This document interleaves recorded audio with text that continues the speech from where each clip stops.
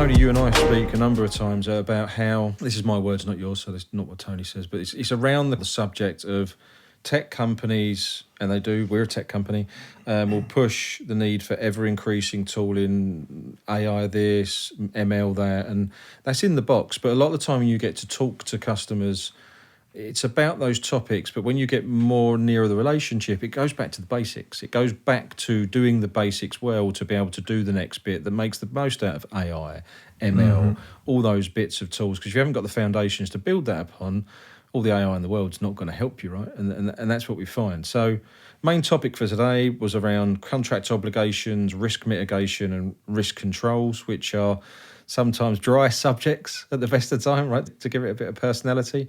But what does that all mean to you? Let's start, I suppose, with contractual obligations, right? Absolutely. So 100% agree that fundamentally everyone's on this maturity journey. And it's like a ladder, right? You can have all the runs of the ladder at the top, but if you haven't got those first couple of runs, you're not going to get further up and mature. Yep. So where that sticks in terms of contract management, and this is how it's often referred to, right, especially in the field. And that can mean a lot of different things to a lot of different people. And I think on one end of the spectrum, people view contract management as simply, I've got a contract, or I've got a little bit of data about my contract in terms of maybe a start date, hopefully an end date, something around some indication of value, which may be or maybe not be accurate. And then hopefully it'll be, the document will be there in a file repository somewhere. So when the field and in the market says contract management, they're really talking about just managing at that highest level. And that's fine, and that's a great place to start, and the place you should start when you're managing your suppliers. However, where we see the real value being driven is by what's actually in the contract.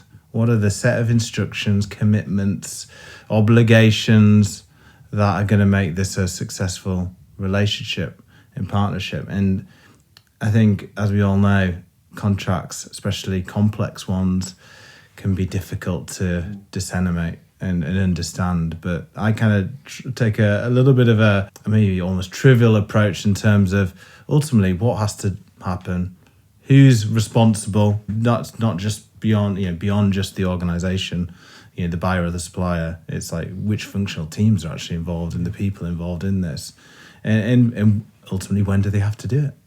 And I think if you take that lens to the problem and start off in a kind of incremental fashion, meaning what's the most important things within the contract that you're looking to get, you can quickly run up those runs of the ladder. I find it's like the research companies and the tech companies and somewhat of the traditional procurement, life cycle procurement wheel, right? Like the S to C, source to contract. You kind of almost, I don't think intentionally does, but it almost infers that once you read a lot of them, that once you've authored a contract and then maybe you pay the supplier well or on time, that's it done. Mm-hmm. Right? That's it. It's all about pre-post contract sort of due diligence, or just that level of, as you say, digitizing that contract, and then you're out, right? There's nothing else to do. But in reality, that's so far from the truth, especially when you mentioned complex deals, right? Some of these deals are hundreds of millions or $1 billion in size and are 5 years in length, right? I know I worked on one that had 1,500 obligations, right, that needed to get done from both sides, and it just wasn't tracked anywhere. So, Jesse, maybe you want to pick up on that a bit and talk a bit more around that need and that need for the rigor or the post-contract problem. Yeah, for sure. Completely agree. We see this a lot. I mean, we launched into obligations. Sometimes we see just the end date, right? The end date and some helpful reminder so it doesn't just blow past me would be my first step in my journey towards managing contracts. And like Tony said, fine, that is appropriate. I suppose what we see in the market is sometimes an embedded belief that to get into the meaning of the thing, the centerpiece of this whole relationship, is going to take a mountainous amount of work.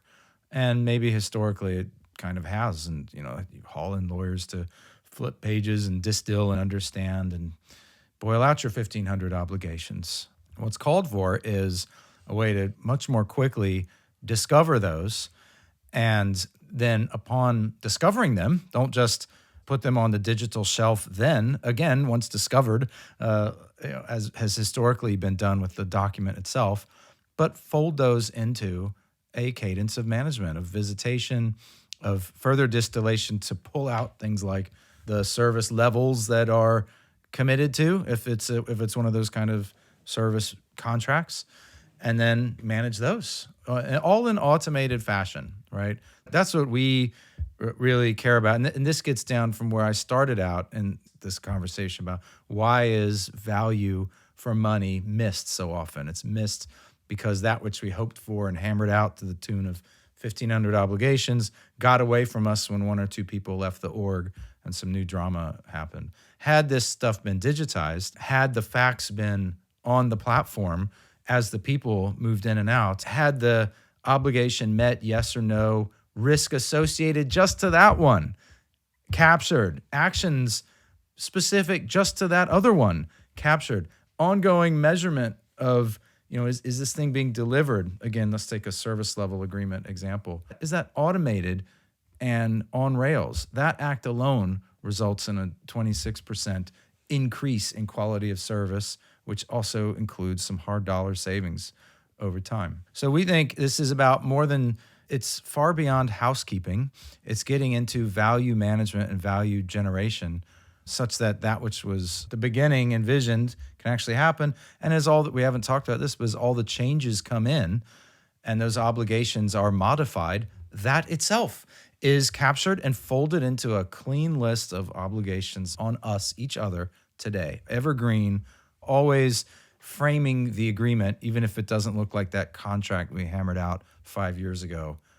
Different people in our companies 5 years ago. I think that is the promise, right? That's real contract management.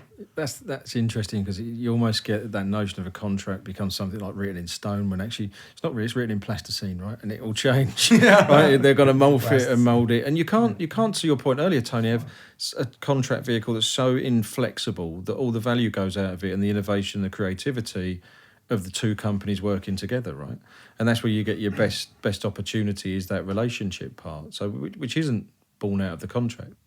So the contract piece is key. I think what we uncovered or unpacked there was the fact that there is this stages, depending in an organisation and approach, is that the birth of the contract's the end of my job. Actually, I just need to digitise the contract, then it's the end. I need to extract the obligations into a spreadsheet that then just sits on a digital shelf again somewhere else.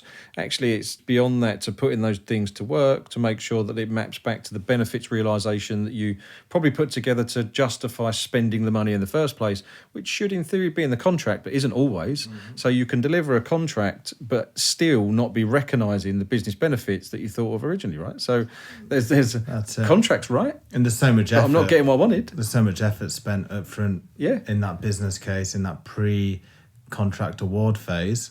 And are you really realising the value from that? That's it. And you've got to loop it back. And it's really a closed loop to be able to articulate and justify the value that you set out or expected to ultimately get. And the other thing is that then starts becoming a feedback loop as well, right? In terms of, did we get the value? We got more, we got less. What were the assumptions that we made when we were doing the sourcing activity? So it all feeds back into not only managing post-contract better, but those insights feed back into the pre-contract world and makes them more impactful and more efficient. And part of that, I suppose, that benefit analysis and the benefits you want and the value you want out of it, this is where we bring in the risk angle, is what risk are you willing to accept to recognise those benefits or recognise that value. And I know at the top we mentioned that some of the topic today was around risk mitigation, but I think we need to take it a bit earlier back than that. I'll stay with you, Tony, around, because I know it's a topic you love. You talk to a lot of people about, even today you've been talking to someone about it, which is risk. For me is all well and good. A lot of people talk in risk, but there's that initial piece of, where does the risks come from? Mm-hmm. What's the curation? Do you want to talk a bit about that? Because I think we need to establish that point before you can mitigate anything. Yeah, right? I think there's a paradigm or a frame of mind which thinks of risk as almost a tick box exercise, right? Where we know we need to carry out some risk management or risk assessment or due diligence, whatever kind of wording you want to use there. And as long as I carry out some light touch assessment of some kind, ask the right questions or ask some questions, then that's my job kind of done. We've done our risk management, we've done our piece. And really that's just the beginning of the journey. Ultimately, Point in time check, right? exactly. It's a snapshot that becomes stale, becomes out of date, misaligned to the buying organization, and ultimately in itself becomes risky. So that really leads you to the question of, well, what should I be doing? What's the output of doing that type of exercise? And ultimately, your output you should be thinking about is, well, I want to identify risks and manage that stock of risks appropriately. And that goes beyond just having some information about those risks, which is all good and well and provides a bit of knowledge and insight. But it's, what are the actions that are going to stem off those risks? What's the activity that is going to allow me to move that risk from what was a high risk, let's say, into something that's more palatable and low risk for the business? So where do you think, I think this is what trips a lot of people up, which is why amount of consulting that I've done, you go and look at really some complex deals and some complex engagements, and the risk log is really light or really transactional. Where do you think the first load of risks come from? What do you think that, at what point should that risk stock be created, and what do you use to create it? Where does it come from? Well, I think in general, most of the market view it as it's almost in that pre-contract award phase, that first scan assessment against those suppliers that that are going to be partners. And so to really understand how that relationship is going to go and manage that appropriately, you have to output a risk stock from that. And then there's a business decision that goes, well, if we're going to bring these suppliers on, we have to either accept the risks or put in the right mitigations that are going to then, sometimes maybe within the contract, that then enacts and executes those actions during the life. So what you're talking about is what I suppose more people would recognise it commonly as due diligence, right? Which is just exactly a very widely used term, I suppose, which is that initial risk creation, right? I think people look at due diligence in terms of do due diligence. If they fail spectacularly, we don't do business with them. But there is the grayer area that is, we're still going to do business with them, but there's these things that came out that were a little bit completely and concerning. those things that are can just easily stay on the shelf, and never get looked at again until the worst thing happens and one of those risks is realized, and then it's a real problem, and that could have been avoided right from the get-go by actually managing the risk. And I think that's all good and well, and as an upfront exercise, but there's still that second order problem where risk appears at any point in that life cycle of the relationship. So the ability to capture that risk and put it into that existing risk stock is going to be ebbing and flowing all the time. And I think that's another aspect I see overlooked quite often. So we see, and maybe over to you, Jesse, for this, we see regulations coming out now that they never tell you how to do stuff. They tell you kind of at a macro level what they suggest you cover, the guidance, right, which is you should do a robust risk assessment process at the beginning, and then very quickly after that, and periodically reassess, and you can define the period in what that means, which I think is what you're referring to, Tony, right? It's not ever static, it always changes. What do you, when you talk to customers on a daily, weekly basis, what's top of mind for them at the moment that's in a risk context, do you think, of where are people at? And is that right for your perspective, or what do you think they should be thinking of? What I love doing what I do, because the people I get to talk to are really concerned with, and this really means something to them, is value realization. They want to fulfill their strategic purpose, which is accelerate the roadmap of this business. That's what procurement exists for at all, right? That is their strategic purpose. So I get to talk to a lot of people that know this. And to answer your question directly, what they say on this topic of risk is tired of the silos, tired of living with a TPRM team way over there with their big GRC construct and framework, thinking about risks to the business. And then here's me way over here, shuffling through contracts, making sense of obligations, interfacing with suppliers, and in the moment, encountering problems, challenges with delivery of this or that or this or the other obligation in this contract. It's a risk if it doesn't happen because we were counting on it, which is why we have a contract. And there's all kinds of activity in my life as a supply chain manager, vendor manager, contract manager, that because of our silos, I have to make myself familiar with this risk management policy posted and, sometimes all but forgotten, sometimes that's an overstatement, but on some SharePoint somewhere. And I have to think about all my relationships and all my contracts and the obligations in them and the things I'm measuring and the controls against some of them if it's understood as a risk.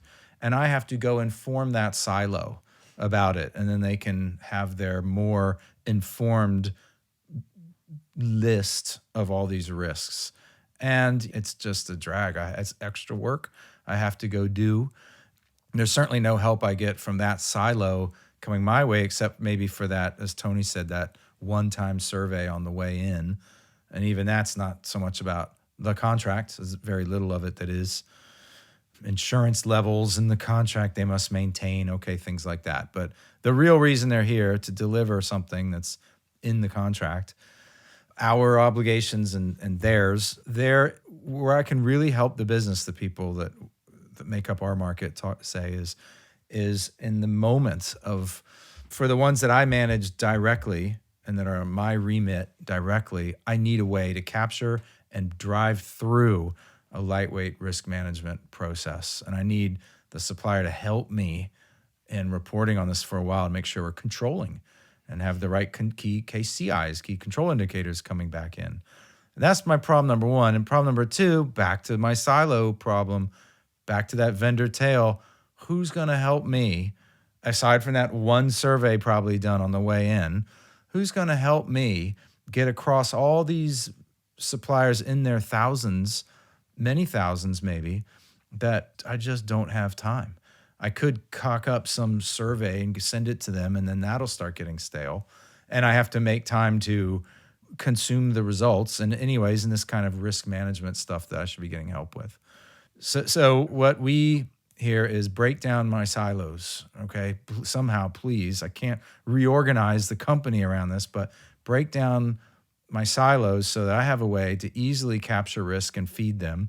They have ways to mitigate control risks that help me and that I have in my lap when I need to engage, and give me some digital advantages to get across the 95% of our vendor base that no one has time to talk to, and then do something like back to the do. I might get informed, help me get informed, but then help me do in automated fashion so that I know I'm helping mitigate the risk to the business that's latent throughout that supply chain, right? And I can't do it today because of the silos and the typical structure we always see with the risk experts way over there, the supply chain experts way over here, and silos, right? That's a well-articulated reality of what I've seen of some large leading just standard risk platforms that are in big organisations. You go and look at them from what they've got around different areas of risk, and there's very light. It's not realistic as to what's in there because you've got what I call sort of knowledge dissemination, which you've got the knowledge and the SMEs at risk sit further back in the business, and the business operations line are the ones dealing and fighting the fires on a day-to-day basis. And unless that business operations line remembers whilst their hair's on fire that they have to go and get or to the other risk system, it just never manifests itself there. And to Tony's earlier point around due diligence, imagine you've done due diligence in like 2016 or 2017 on a really big deal, and now what, you're year 3 or 4 in, and all it says is about Brexit. Imagine how different the reality is in terms of the risk profile you've got and the risk stock you've got from that deal with the pandemic, the unrest that's happened, and everything else that's happened between now and then. You'd be reading it going, that's out of date. That doesn't apply, right? So I think that compounds the point that there's that need to continually curate those risks and mitigate on a day-to-day basis. And back to the point where we started this, I think, which is you've got to remain flexible in the way that you do business and conduct this with the help of digital tooling. That it's not always about the same subject. We're talking about sustainability today or the Ukraine stuff, etc. It'll be something else tomorrow. But you need the flexibility of how to deal with that something else when it comes. I mean, you need it at your fingertips, don't you? I would want to be able to say, oh, I've just taken a policy directive to make sure that diversity, equity, and inclusion exists in my supplier base. Because if it doesn't, we're not going to win the business we need to win, and that's who we want to be anyway. So I need to assess. I need to gather facts. If the facts aren't on the right side of the line, I need a risk made right then. I'd like to flag that the next time we get into this contract, we see if we can negotiate a new obligation. Yep. I'd like to then track the performance to see what kind of diversity numbers they're posting up every month and if it's getting better. And look, right there, we just hit diversity and inclusion, contract management, risk management, and performance management in 2 sentences. Do I have to swim around in 7 systems and call 6 people to accomplish that? If I do, I'm probably just going to move on. Yeah, and the system should talk to each other, right? The system should do that work for you. I think this problem... Moment's lost if it's too hard. And that is really where the market... About 20 years ago, it must have been the market. Must have been 20, maybe 15, 20 years ago. I apply the same kind of logic to... I can't remember who it was now, what company I was working for, but someone kind of said to me, it was about... You know, the time sort of personnel became HR and HR became people and that kind of... that evolution. And it was about the HR saying that everyone needs to be a good line manager. Everyone needs to manage people. Everyone needs to be a people person. So we'll give you the tooling, appraisal systems to do that, and we'll give you a framework to measure them against. But you must manage the people. It's not all personnel then, or HR's job to manage the people. We help set out the framework. And I think risk management and cyber is exactly the same kind of thing. You will always have your SMEs that are further back, but you can't just by default engage the SMEs because that's a scale issue, right? And you're just going to block each other out. It's going to be so hard, so difficult to engage. To your point, you're just not going to bother, right? So you have to disseminate some of that into the front line for them to be able to do it themselves. So that's we've gone full circle, back to the framework point of what you're going to manage against and how you're going to do it and how you're going to capture it. And the easier you can make that for the person who's day-to-day in business ops, whose hair's on fire, looking at these topics, the more chance you've got of succeeding and the less chance you've got of a risk crystallising that, well, actually, an issue becoming a problem that actually is a risk that already crystallised that you never knew about, right, that you couldn't manage or mitigate. Gentlemen, that is our first episode of the Bridge podcast. Thank you if you're watching or listening to this. If you want to talk to me or Jesse or Tony, you can do that in the comments. And please like, subscribe, share, respond with any emoticon that you choose to, as is the norm today. And hopefully we'll speak to you again soon. Thank you.